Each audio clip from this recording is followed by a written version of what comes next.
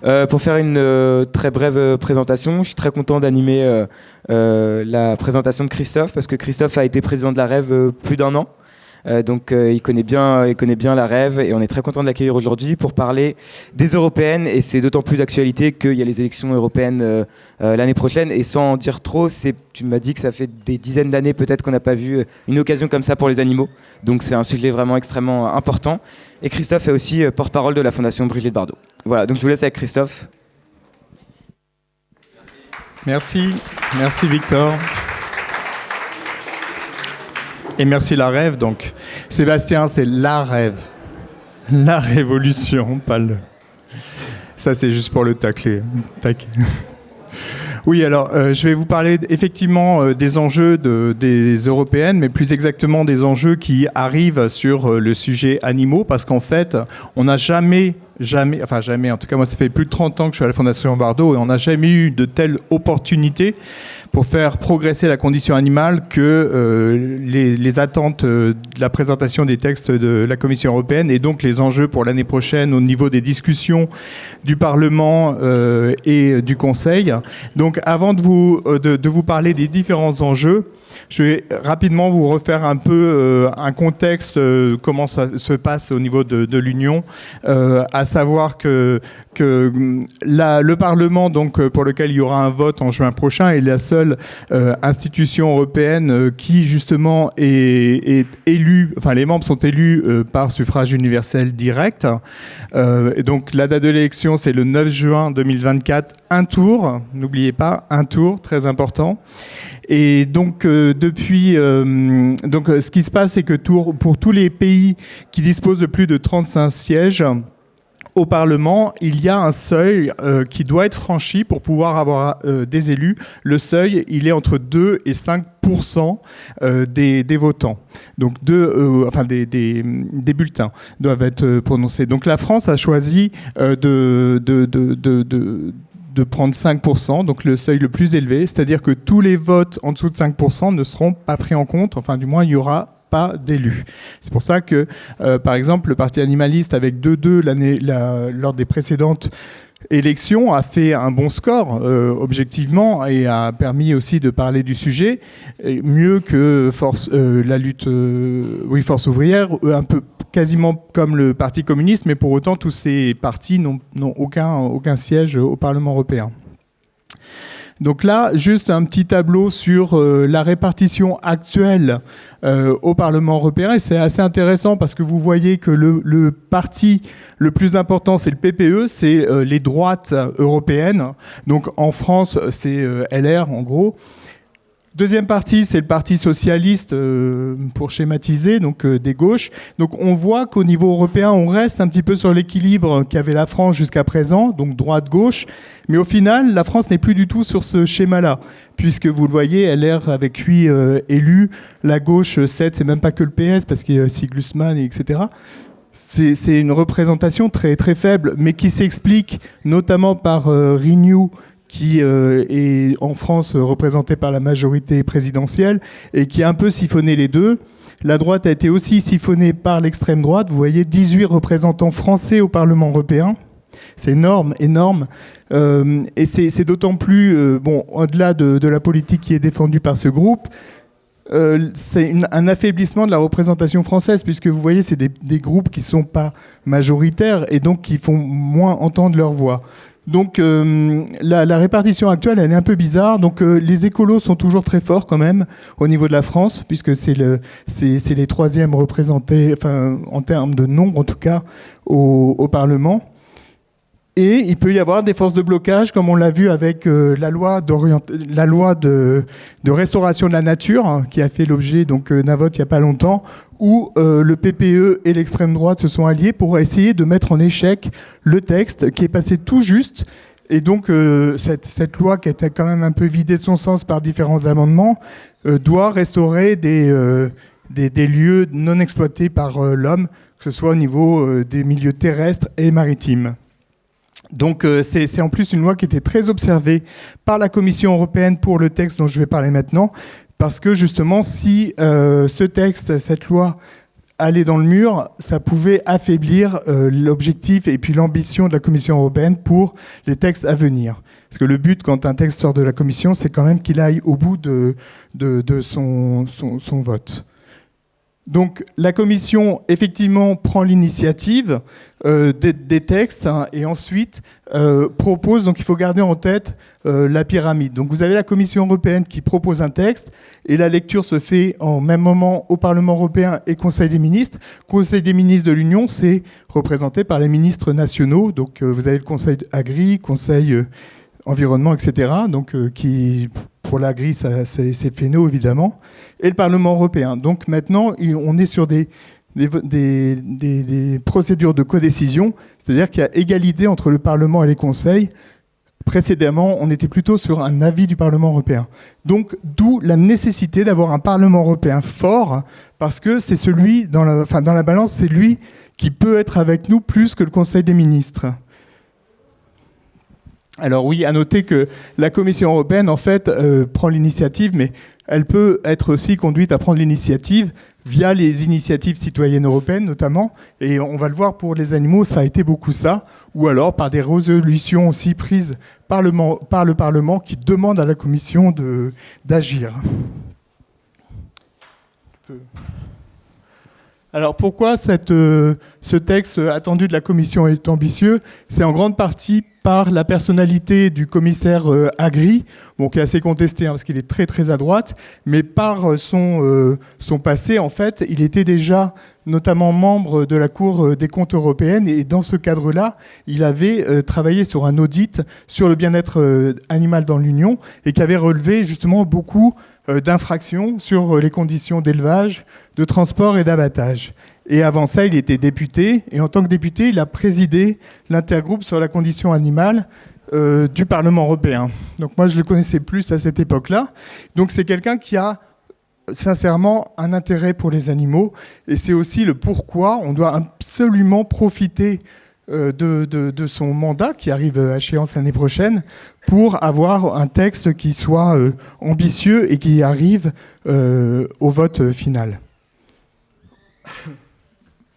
Alors en fait, la révision s'inscrit dans un engagement global, donc le pacte vert pour l'Europe, et justement je voulais reprendre par rapport à l'intervention de Sébastien ce matin, qui notamment parle de la végétalisation de l'alimentation, et notamment dans la communication qui a été faite par la Commission européenne vers le Parlement et vers le Conseil. Donc c'était une communication de 2020. Il y a tout un paragraphe justement qui concerne la nécessité de végétaliser son alimentation. Alors pas tellement sur l'aspect protection animale, mais plutôt santé humaine et défense de l'environnement. Je vais juste vous lire un extrait parce que c'est intéressant, parce que là, ce n'est pas un texte militant, mais un texte de la Commission pour des textes législatifs à venir. Donc, dans l'extrait de cette communication, il est écrit « Alors que dans l'Union, les apports moyens en énergie, en viande rouge, en sucre, en sel et en matières grasses continuent de dépasser les recommandations, la consommation de céréales complètes, de fruits et légumes, de légumineuses et de fruits à coque est insuffisante. Le passage à un régime alimentaire plus végétal, avec moins de viande rouge et transformée et plus de fruits et légumes, réduira non seulement les risques de maladies potentiellement mortelles, mais aussi l'incidence environnementale du système alimentaire. » Donc ça fait partie justement des objectifs du pacte vert qui normalement doit aussi inscrire une démarche volontaire des États membres. Donc là, actuellement, le texte qui doit sortir en octobre-novembre, c'est en cours de finalisation. Donc le texte de la Commission, il va remettre en question plusieurs directives actuelles et qui seront remplacées par 4 règlements. Donc les réglementations actuelles, je ne vais pas revenir sur ce que disait Sébastien tout à l'heure, mais pour les poules pondeuses, effectivement, le texte actuel c'est pas le texte actuel qui a modifié la consommation, mais effectivement les enquêtes qui ont été menées pour montrer dans quelles conditions les poules pondeuses sont élevées, y compris dans des cages aménagées, qui ne changent strictement rien sur la condition animale, seront amenées normalement à disparaître. Mais si elles sont amenées à disparaître, c'est qu'effectivement, la consommation s'est totalement inversée du fait des images qui ont été diffusées, et puis aussi la possibilité donnée aux consommateurs de choisir, puisqu'on a les étiquettes 0 à 3, donc 0 étant le plein air bio, filière bio, à 3 l'élevage en cage. Donc tous ces textes-là doivent être amenés à être modifiés dans les prochaines semaines. Prochaine semaine, le projet. Poulet de chair, comme le disait Sébastien, bon, je vais arrêter de faire des références à Sébastien. Poulet de chair, il faut savoir que la France a la densité la plus élevée en Europe, enfin en tout cas a choisi d'avoir la densité d'élevage la plus élevée avec 42 kg au mètre carré, donc à peu près 22 poulets au mètre carré. C'est énorme, sachant que les autres pays ne dépassent pas généralement 33 kg de mètre carré, ce qui est déjà énorme, mais au-delà, considère qu'il y a de la maltraitance qui est accentuée. Donc la France, pour l'instant, on est sur des normes maximales. Donc parmi les enjeux, et l'enjeu majeur de la révision de la réglementation européenne, c'est effectivement la sortie des cages. Donc la sortie des cages, initialement, la Commission parlait d'une sortie, d'une ambition de sortie des cages 2027. C'est trop court a priori parce que le texte a pris un peu de retard et d'après Marc Fesneau que j'ai pu rencontrer il y a quelques jours, enfin la semaine dernière, lui parle d'un texte finalisé et adopté plutôt à l'horizon 2025. Donc 2025, si le texte est adopté, il n'y aura pas une échéance de 2 ans pour la sortie des cages. Les filières ont besoin quand même un peu plus de temps objectivement pour changer de mode de fonctionnement. Mais il y aura des encouragements dont je vais parler tout à l'heure sur les positions françaises. Effectivement, la filière cunicole, ce qui nous inquiète peut-être un peu le plus, parce qu'on est à 97, voire plus, d'élevage en cage en France. Et c'est quand même 17 millions de lapins élevés, tués chaque année. C'est plus que les ovins et bovins réunis en France. On ne se rend pas compte, mais la filière cunicole, c'est pas une petite filière en France. Donc il y aura un changement normalement sur la sortie des cages. Ça, c'était en fait l'ICE qui a été initié par CIWF, qui a obtenu plus d'1 400 000 signatures au niveau de l'Union européenne, dont 89 600 en France. Donc quasi le double de ce qui était nécessaire par rapport c'était 54 000 il fallait atteindre pour la France, et donc on est arrivé à 89 600.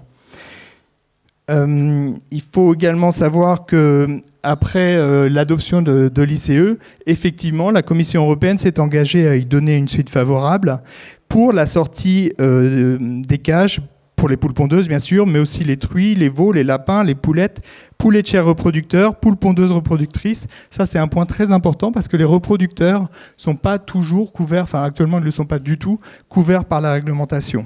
Donc cailles, canards, oies, etc. Donc ça, c'est ce qui doit ressortir du texte qui doit être présenté en octobre-novembre, encore une fois. Un petit point sur la réglementation actuelle sur les transports, parce qu'elle doit être aussi révisée. Là, c'est la réglementation telle qu'elle est aujourd'hui. Donc vous n'avez pas de limite de durée, mais vous avez des séquences de durée réglementaire. Donc pour les bovins, par exemple, et les ovins, vous avez 29 heures, avec un arrêt, un repos d'1 heure, pour abreuver les bêtes. Autant dire qu'après 14 heures de route, juste et 1 heure de délai seulement pour abreuver toute une bétaillère, c'est absolument ridicule. Et il y a un déchargement, repos de 24 heures dans un centre de repos, si on peut dire, et puis rechargement et rebelote. Il n'y a pas de limitation de séquence. Et puis quand on parle évidemment du transport maritime, là on part encore pour des semaines de transport en bateau. Et en plus dans des bateaux qui n'ont pas été conçus pour être des bétaillères. C'est des bateaux qui ont été transformés généralement. Donc il y a une commission d'enquête parlementaire, du Parlement européen, qui a été menée entre 2020 et 2021. Elle avait été initiée par la législature précédente, mais en fait le président du Parlement à l'époque s'y était opposé, alors qu'il y avait une majorité de députés, mais elle a été mise en œuvre là de 2020 à 2021, et notamment elle fait état de différentes infractions en ce qui concerne eh bien, le chargement, le manque d'espace aussi pour qu'il y ait une ventilation, les problèmes aussi d'abreuvement.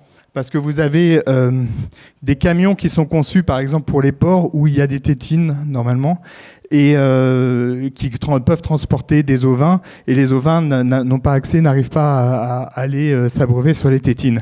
Et de toute façon, la problématique de la densité empêche le déplacement des animaux au sein du camion et ne leur permet pas d'accéder au point d'eau. Enfin, point d'eau, encore une fois, c'est beaucoup dire, hein, c'est une tétine, donc elle marche une fois sur deux, et puis c'est juste quelques gouttes d'eau qui en sort. Ah oui, comme je le disais, un autre point aussi important en ce qui concerne les bateaux, c'est que en fait, vous avez des bateaux qui peuvent être agréé par un État membre, même s'il est considéré, et ça ce qui a été démontré aussi par la commission d'enquête, il est démontré qu'ils ne sont pas conformes, mais il suffit qu'un État membre les valide pour qu'ils soient autorisés à aller dans tous les États membres de l'Union européenne sans restriction, puisqu'il a été validé par l'un des États membres. Là, c'est la bétaillère Queen Hind qui était en Roumanie et qui, en sortant du port avec plus de 14 000 moutons, s'est renversé juste sur place. Donc il y avait 14 600 moutons dans cette bétaillère, enfin un camion bétaillère. Il y en a eu 150 de sauvés seulement. Donc voilà aussi le type de transport auquel on est confronté et auquel il faut impérativement mettre un terme. Maintenant, je vais revenir sur les points sur lesquels les propositions, on attend des propositions, et quelle est la position française a priori sur ces dispositions. Donc, interdire progressivement l'élevage en cage, ça, la France... Alors, j'ai changé la tête ces têtes-là après le rendez-vous de Fesneau. J'étais parti sur du rouge. Bon, lui nous a dit, donc on l'a vu mercredi, que la France, finalement, était pour la sortie des cages, alors qu'en fait, ils ont communiqué, enfin, ils ont fait un communiqué de presse il y a un mois à peu près, qui n'était pas du tout ambitieux, où il n'y avait rien sur les élevages. Donc là, il nous a dit, oui, la France sera sur la position d'une sortie des cages, et on s'engage aussi sur les filières cunicoles, donc pour les lapins, avec un accompagnement de 500 000 € par an, ce qui est très peu, mais bon, 500 000 € par an pour changer de production. Donc sortie des cages, sachant qu'actuellement en France, il n'y a pas d'alternative, et là, ça serait vers des parcs... Alors, sur le papier, il y en a qui sont à peu près corrects, mais bon, après, dans la pratique, il faut voir ce que ça donne. Je suis évidemment pas dans une démarche, là, aujourd'hui, abolitionniste. On est dans le cadre de la réglementation, donc c'est pour aussi pas les gens supra-convaincus déjà, comme vous l'êtes, je pense, mais pour être informés des changements qui peuvent être opérés et qui, malgré tout, ont quand même des incidences importantes sur les animaux, puisque on n'est pas dans une société totalement végétalisée, comme vous le savez. Donc sur ce point-là, à voir, mais a priori, la France ne ferait pas trop blocage. Alors, fin aux certaines mutilations. Là, j'aurais pu rester sur le rouge. Parce qu'en fait, la France est plutôt favorable à certaines fins de mutilation, mais quand on le voit comme ont été mis en place en France, l'interdiction de la castration à vif des porcs, si c'est pour qu'il y ait une anesthésie pratiquée par l'éleveur, ça peut être une souffrance supplémentaire finalement pour l'animal. Et puis, il y a eu des groupes de travail. Ah oui, alors cet été, au ministère de l'Agriculture, plusieurs groupes de travail ont été mis en place. Et pour sortir avec des associations de protection animale, des éleveurs et autres, pour essayer de trouver des consensus. Bon, ça a été très difficile, mais sur les mutilations, malgré tout, dans le texte, il ressort que pour mettre fin aux mutilations, il faut changer les méthodes d'élevage. Il n'y a pas d'autre alternative. Il faut avoir des conditions qui répondent mieux à leurs besoins pour ne pas avoir à les mutiler, pour supporter des conditions qui ne sont pas supportables pour un être vivant. Pour ce qui est broyage des poussins, bon là pour le coup la France y est totalement favorable puisqu'elle a pris des dispositions nationales avec l'Allemagne et elle pousse évidemment pour que d'autres pays, notamment que la Pologne, ne deviennent pas un marché qui devienne, enfin pour éviter que le sexage s'implante ailleurs et que certains pays justement deviennent s'occupent de trier plus ou moins les œufs avec le maintien du broyage ou du gazage. Vous savez qu'en France, le broyage donc, a été interdit. Quand on parle de dérogation, et le décret le précise, à la fin de la mise à mort des animaux, la seule méthode acceptée, c'est le gazage. Je ne dis pas que c'est formidable, hein, mais le broyage, à part pour les canards, parce que là, le broyage, en revanche, pour les canetons femelles de la filière gras, qui est quand même à peu près 20 millions de canetons femelles, est maintenue. Soi-disant, la méthode utilisée pour les poussins mâles n'est pas actuellement transposable pour les canetons femelles. Donc, il continue à y avoir naissance des canetons femelles et puis un broyage parce que leur foie n'est pas aussi... est plus nerveux, moins pratique, en tout cas moins bon pour eux, pour la production de foie gras. En ce qui concerne l'espace disponible, donc les densités de chargement, d'élevage, alors là, c'était assez folklorique, parce qu'en fait, lors de cette réunion avec Marc Fesneau, donc je vous le disais tout de suite, la France est le pays qui a les plus fortes densités d'élevage de poulets en Europe. Donc vraiment, quand on voit les publicités, oui, élevé en France, machin, comme si c'était une notion de bien-être. Non, élevé en France, ça veut dire vraiment maltraitance animale. Enfin, c'est assuré. Quand c'est du poulet, c'est vraiment... Enfin, bon, il y a des filières un petit peu plus respectueuses, mais en tout cas, c'est pas du tout un critère de qualité et de bien-être animal, bien évidemment, au contraire. Donc là, ce qu'il nous disait, c'est que tant que les mesures miroirs, les clauses miroirs ne sont pas validées, les clauses miroirs, en fait, ou extraterritorialité, c'est en fait faire que les textes adoptés au niveau de l'Union européenne soient imposés, et c'est totalement logique, soient imposés aux produits d'importation, de telle manière qu'on ne fasse pas, on ne repousse pas ailleurs finalement les mauvaises pratiques. Donc ça c'est très bien, c'est une nécessité aussi pour aider les producteurs à s'engager sur des transitions. Mais ça ne doit pas cacher les autres points. Et là, pour le moment, la difficulté qu'on a eue lors de cet entretien avec Fesneau, c'est qu'il nous disait, oui, mais tant qu'il n'y a pas les clauses miroirs, et on sait que la Suède, c'est ce qu'il nous a dit en tout cas, la Suède y est totalement opposée, on ne va pas limiter les densités parce qu'on va créer d'autres problèmes ailleurs. Si on réduit les densités, il y aura forcément une moindre production. Et donc plus d'importation. Donc nous, on disait, mais non, il peut y avoir aussi une moindre production et une moindre consommation s'il y a des moyens donnés pour justement sensibiliser le public sur la nécessité de moins consommer, et notamment du poulet. Et ça, évidemment, ils ne peuvent pas l'entendre. Donc c'est un gros problème parce qu'on en revient pourtant à ce qui est prévu dans le pacte vert. Et allez, je vais te redire encore, Sébastien, ce matin, c'est une nécessité absolue, et notamment environnementale. Mais la France est complètement bloquée sur cette question. Je ne sais pas s'il y en a d'autres. Ah si. Ah oui, alors ça aussi. Limiter la durée des transports, ça c'est un point extrêmement important. Il y a notamment l'Allemagne qui, pas seulement, mais qui a fait une proposition pour... et je suis en train de voir que j'ai oublié des trucs, mais c'est pas grave. Pour interdire l'export hors de l'Union européenne. Vous savez que la France, c'est un marché important pour elle. Mais l'Allemagne, les Pays-Bas et d'autres pays ont demandé à ce qu'il n'y ait pas de transport hors de l'Union. La France s'y oppose totalement. Et le ministre lui-même nous a dit « Oui, mais bon, si la France ne nourrit plus les Algériens, ça va être les Russes. Et je ne veux pas que Poutine prenne le marché. » Enfin, vraiment, il est parti dans un délire. Donc voilà. Donc on revenait sur une guerre franco-russe sur l'alimentation des Algériens. Donc c'était son argument. C'est un peu bizarre.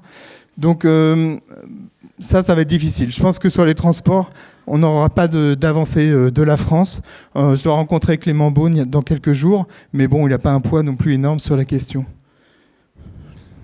Ah oui, bon bah ça effectivement c'est plutôt quelque chose de positif parce que pour le coup le 26 juin dernier en commission Agri-Fiche, il y a eu une note de l'Allemagne, de l'Autriche, des Pays-Bas pour interdire l'élevage d'animaux pour la fourrure au sein de l'Union européenne. Et comme la France, avec la loi de novembre 2021, l'a interdit sur son territoire, donc visons et autres espèces sauvages, elle y est favorable également.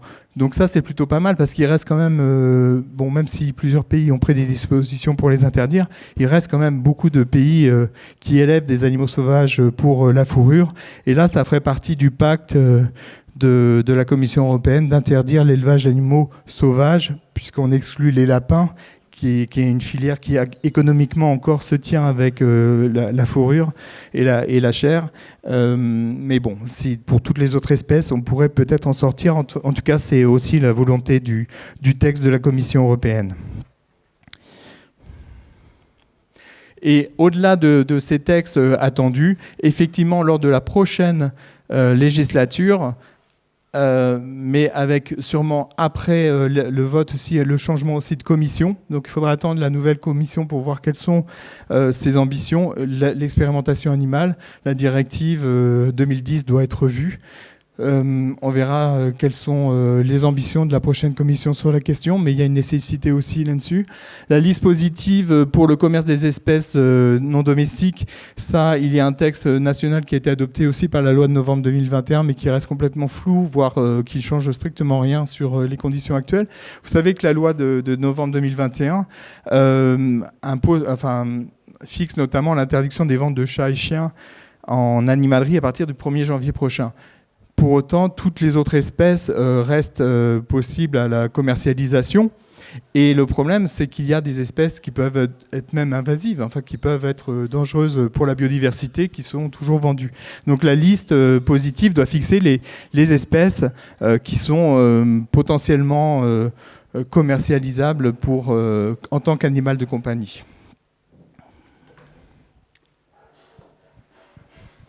Je ne vois pas d'ici. Bon oui, enfin de toute façon c'était pour conclure, je ne savais pas comment conclure. Donc toujours est-il qu'effectivement le Parlement européen, encore une fois, il y aura vraiment des enjeux importants. Donc il y a une nécessité d'être extrêmement vigilant sur le positionnement des différents partis qui présenteront des listes et aussi d'interroger chacun pour que chaque liste, chaque groupe ait véritablement conscience qu'il y a une attente de la société sur ces questions-là et qu'ils doivent se positionner et défendre la condition animale. Donc voilà, en gros. Et je reste ouvert si vous avez des questions.